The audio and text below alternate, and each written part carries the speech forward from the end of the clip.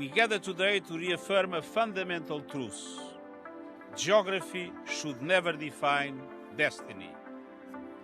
Yet, for the 32 landlocked developing countries across Africa, Asia, Europe and South America, geography too often limits development opportunities and entrenches inequality.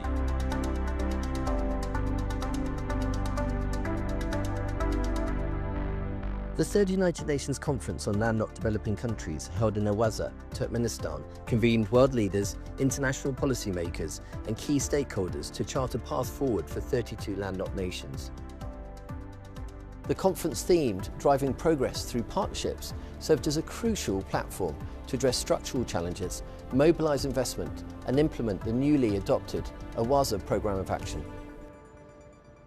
The programme sets out a 10-year blueprint to overcome structural barriers, channel investment where it is most needed, and strengthen the partnerships that can turn vulnerability into opportunity.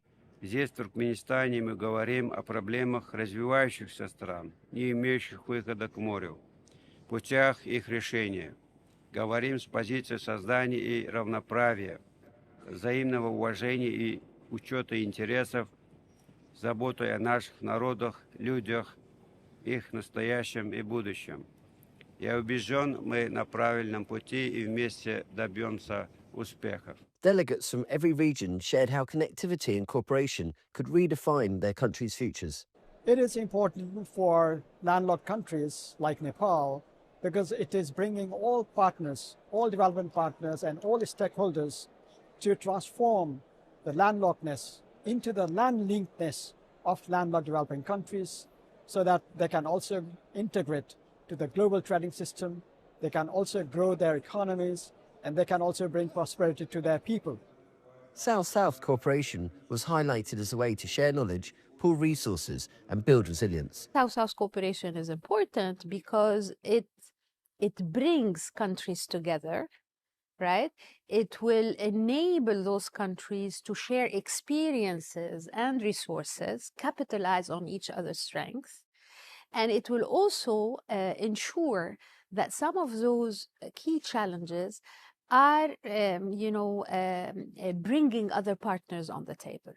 Specifically when it comes to triangular cooperation, where also the countries can benefit from the expertise of other countries who have been there, done that. Speakers acknowledge that geography brings constraints, but also opportunities if nations act collectively. The conference is very much important and timely.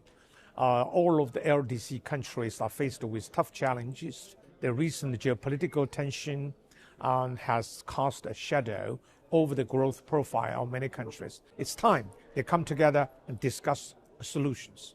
Portugal is here because we need inclusive and innovative solutions for challenges that do not occur in isolation. We strive for common solutions in implementing the Áwazeh Programme of Action. I would say that consensus is timely and action is urgent.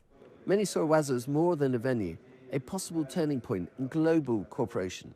Once this conference and the goals that have been outlined are implemented, this will no doubt go down in history as the conference that did bring about a paradigm shift that will promote peace, security, and stability for economic development. We've met many countries that are in similar circumstances as ours.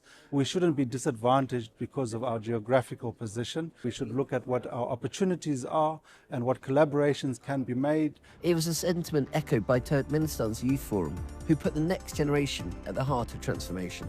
This forum was not just discussion, it was a turning point that young people are not only beneficiaries but co-creators of our collective future, as drivers of economic transformation, social cohesion, and international peace.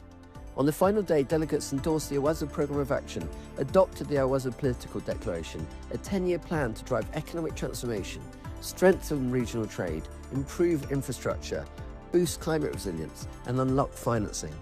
Its legacy will depend on whether the resolve shown here becomes real action that changes lives far beyond Turkmenistan's shores.